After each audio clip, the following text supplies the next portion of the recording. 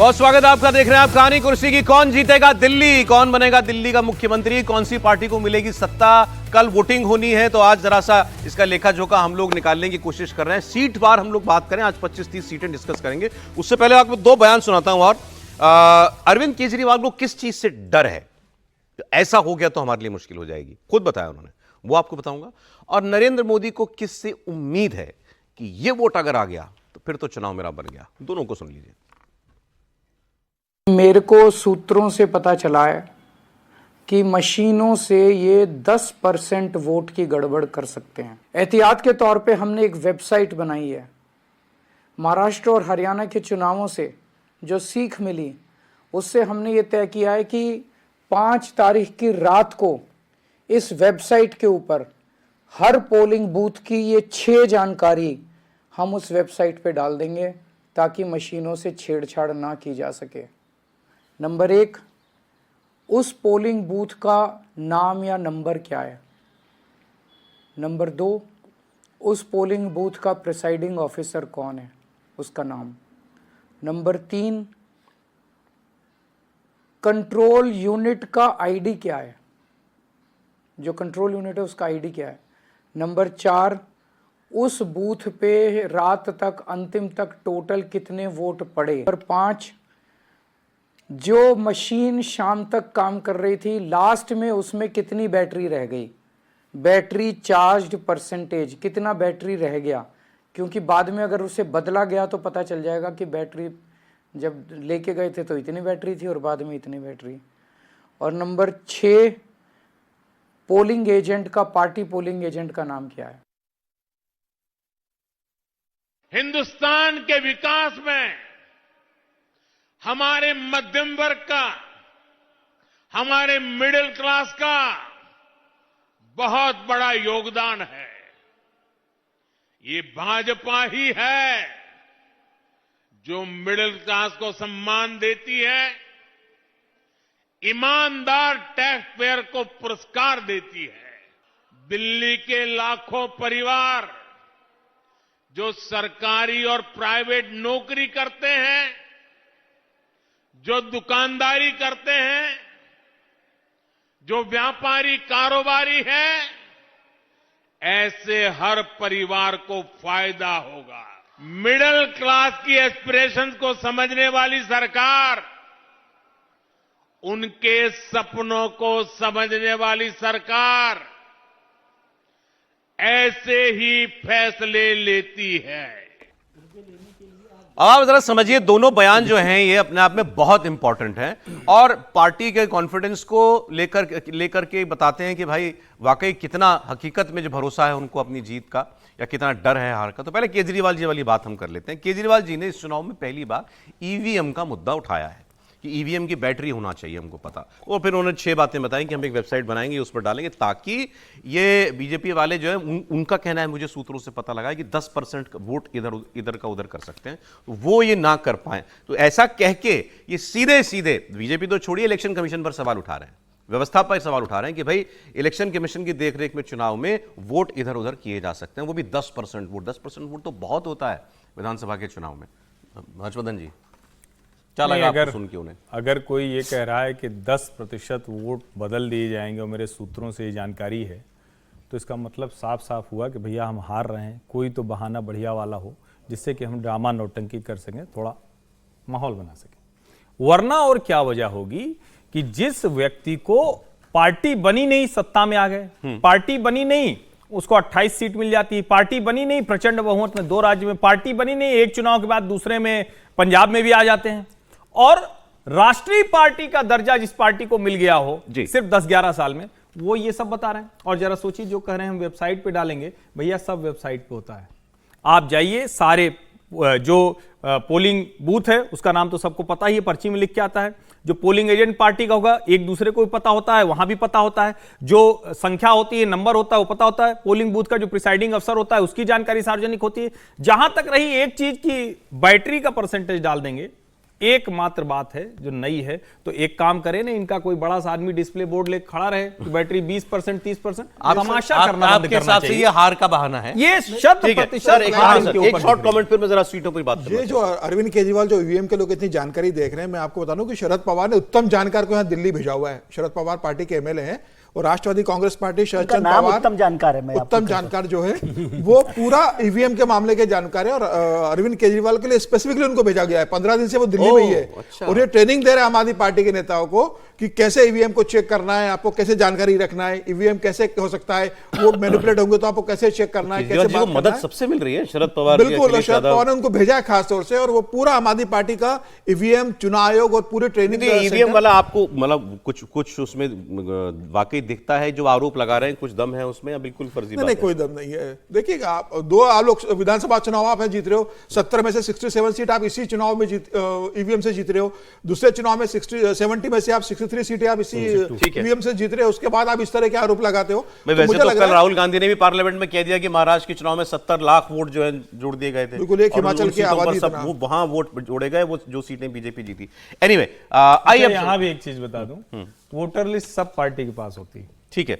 ये भी एक झूठ है कि हमको वोटर लिस्ट दे दें। देखिए, वोटर लिस्ट बाकायदा सबके पास महिला मोदी जी के आपने वो मिडिल क्लास वाली बात जो सुनी थी उस पर भी हम लोग बात कर चुके हैं कि भाई ये जो 12 लाख तक की आय पर जीरो इनकम टैक्स वाला जो बजट में प्रावधान हुआ है, इसका उनको लगता है मुझे हमें फायदा मिलना चाहिए। मिडिल क्लास का वोट मोदी जी को तो मिलता ही है जब वो उनका खुद का चुनाव होता है, लेकिन वो विधानसभा के चुनाव में ज्यादा अरविंद केजरीवाल की तरफ चला जाता है। तो वो ही बैलेंस है 14-15% वोट का, उनको लगता है वो इस बार छिटकेगा नहीं, उन्हीं के पास रहेगा। खैर, अब जरा जो हमने बात शुरू की थी, ये बिधूड़ी साहब या परवेश वर्मा जी, ये जो जाट गुजर वोट है आउटर दिल्ली में, अभी विजय भास्कर कह रहे थे आउटर दिल्ली में बीजेपी का खाता खुल जाए इस बार तो हैरानी नहीं होगी। बिल्कुल, आउटर दिल्ली में बीजेपी का खाता 20% वोट है जाट गुजर, लोग कहते हैं एक तरफ ही जाते हैं दोनों। देखिए, सीट वाइज हम बात कर लें तो आम आदमी पार्टी भी ये मानती है कि नजफगढ़ भारतीय जनता पार्टी जीत जाएगी। कैलाश गहलोत पहले वहां से जीत के आए थे, इस बार उनकी सीट बदल गई, बिजवासन से वो लड़ रहे हैं भारतीय जनता पार्टी से।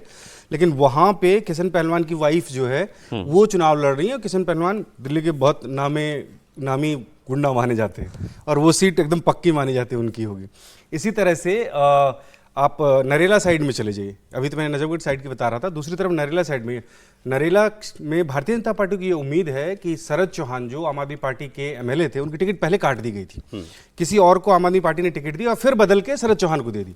वहां पे जो उनका पार्षद है वो नाराज हो गया जिसकी टिकट कटी और वो अब भारतीय जनता पार्टी को सपोर्ट कर रहा है। आउटर दिल्ली में बीजेपी को इस बार फायदा मिलेगा। बवाना हो, नरेला हो, नजफगढ़ हो, बिजवासन हो, इन सीटों पे भारतीय जनता पार्टी को लग रहा है कि उनको बढ़त मिल रही है। बहुत सारी वीडियोस भी आ रहे हैं वहां पर कि भाई सीवर का काम, सड़क टूटी हुई, ये सब वहां पर प्रॉब्लम्स हैं काफी इस बार। देखिए, सड़क, पानी, सीवर ये समस्या है, इस चुनाव में बहुत बड़ा मुद्दा था। भारतीय जनता पार्टी इसको अच्छी तरह से उठाने में विफल रही। आम आदमी पार्टी को यह डर लग रहा था कि अगर सिर्फ इसी पे चुनाव हो तो शायद उनके लिए मुश्किल हो जाएगा। शीश महल और बाकी मुद्दों को उठा के भारतीय जनता दिल्ली पार्टी का ने आसान कर दिया था। भले न उठा पाए, जिसके सामने सीवर बह रहा है, जिसके सामने कूड़ा रखा हुआ है, जिसकी सड़क रोज टूटी हुई है, उसको बताने की जरूरत थोड़ी नहीं पड़ेगी। वो तो जब वोट देने जाएगा तो उसी पे खड़खड़ करते मतदान स्थल तक पहुंचेगा, तो वो तो उसी तरह से मतदान करेगा। भाई देखिए, आप जो जाट बहुत सीटें हैं, महरौली, मुंडका, रिठाला, नांगलोई, मटियाला, बिजवासन, विकासपुरी, नजफगढ़, पालम, नरेला, सब आम आदमी पार्टी जीती थी। गुर्जर सीट देख लीजिए 2020 वाली, इसमें भी थोड़ा सा अंतर इसलिए भी हो रहा है, रिठाला इस पर भारतीय जनता पार्टी जीत रही है, ऐसा बीजेपी को मैं इसलिए पढ़ रहा हूं क्योंकि ज्यादातर सीटें जो है,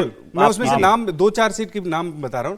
नांगलोई की सीट बड़ा इंटरेस्टिंग है। इस बार आम आदमी पार्टी भी ये मान के चल रही है कि कांग्रेस यहां पे मजबूत है। रोहित चौधरी कांग्रेस के कैंडिडेट हैं, वो बढ़िया फाइट कांग्रेस कर का भी रहे हैं। खाता खुल सकता है। ऐसा कांग्रेस का ये मानना है कि वो 5-6 सीट जीत रही है, लेकिन हम लोग मान रहे हैं कि एक हो सकता है 1-2, अगर 5-6 जीते तो अब एक गुर्जर सीट जो है छतरपुर, मुस्तफाबाद, तुगलकाबाद, गोंडा, गोकुलपुरी, ओखला, ये तो आम आदमी पार्टी के पास थी। बदरपुर, करावल नगर और पालम ये बीजेपी जीती थी। जी बिल्कुल, इसमें छतरपुर की सीट जो है ये बड़ा इंटरेस्टिंग है। यहाँ पे आम आदमी पार्टी से जो जीत के आए थे करतार सिंह तंवर, वो बीजेपी में आ गए और बीजेपी के ब्रह्म सिंह तंवर आम आदमी पार्टी में आ गए। इन्हीं दोनों के बीच ये तो जाट गुजर वोट की बात थी, मुझे जरा दलित वोट भी बता दीजिए इस बार।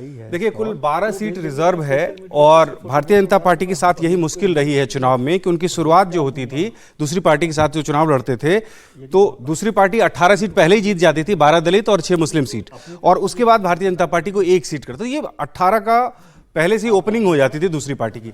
वो डर इस बार कम से कम बीजेपी को नहीं है। ऐसा नहीं लग रहा कि दलित सीट वो नहीं जीत रहे हैं। अच्छा, लेकिन हाँ, इतना नहीं, एक तरफा नहीं होने वाला है। 12 रिजर्व सीट है। 12 रिजर्व सीट है उस रिजर्व सीट में भारतीय जनता पार्टी को ये लग रहा है कि उनका खाता इस बार खुल रहा है और 4 से 5 सीट वो लोग आराम से जीत रहे हैं। अच्छा, ठीक है। लेकिन अभी भी मेरा भी मानना है कि दलित सीटों पर अभी भी आम आदमी पार्टी का जोर ज्यादा है।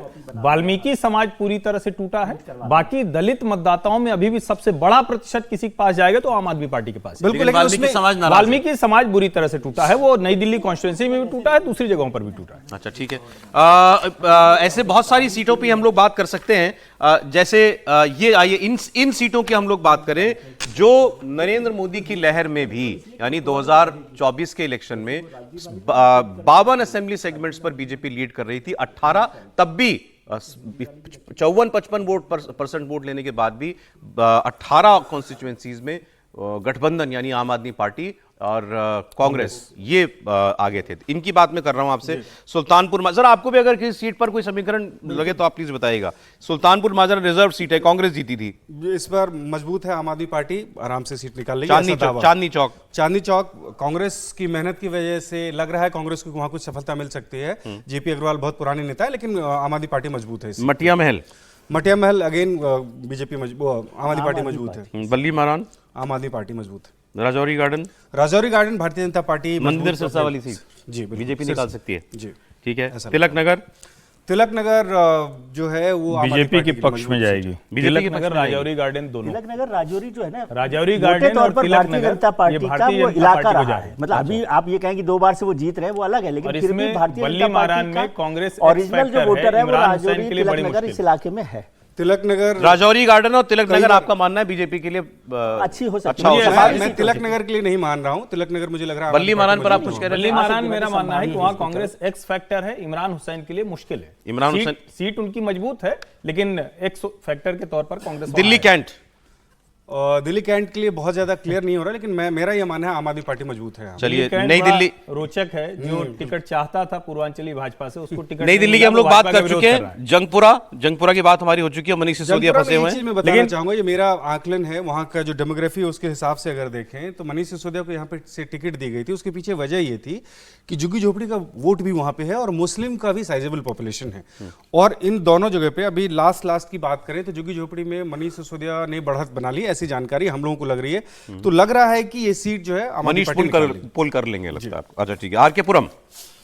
आरके पुरम सीट प्रधानमंत्री की रैली भी हुई है, देखना है, नाराजगी भी है, वहां से टिकट भी काटी है आम आदमी पार्टी ने, तो यहाँ पे अभी कह नहीं जा सकता। अंबेडकर नगर प्रमिला टोकस है वहां से आम आदमी पार्टी की, उसकी अच्छी पोजीशन है वहां पे। अच्छा, बीजेपी ये भी आपकी हो सकती है सीट। अंबेडकर नगर ये रिजर्व सीट है। अंबेडकर नगर से रिजर्व सीट है, लेकिन यहाँ पे जो कैंडिडेट है ना आम आदमी पार्टी का, अजय दत्त, उनसे नाराजगी है, कैंडिडेट से नाराजगी है, नहीं तो उस पूरे बेल्ट में और कहीं कोई दिक्कत नहीं है आम आदमी पार्टी। खुशीराम चुनार ने बहुत अच्छा काम किया है। खुशीराम चुनार कैंडिडेट मेन तो कैंडिडेट बहुत अच्छा है। पार्टी को ये लग रहा है कि वो सीट हम निकल लेंगे। संगम विहार की बड़ी चर्चा रही इस चुनाव में। बिल्कुल, आम आदमी पार्टी एक तरफा।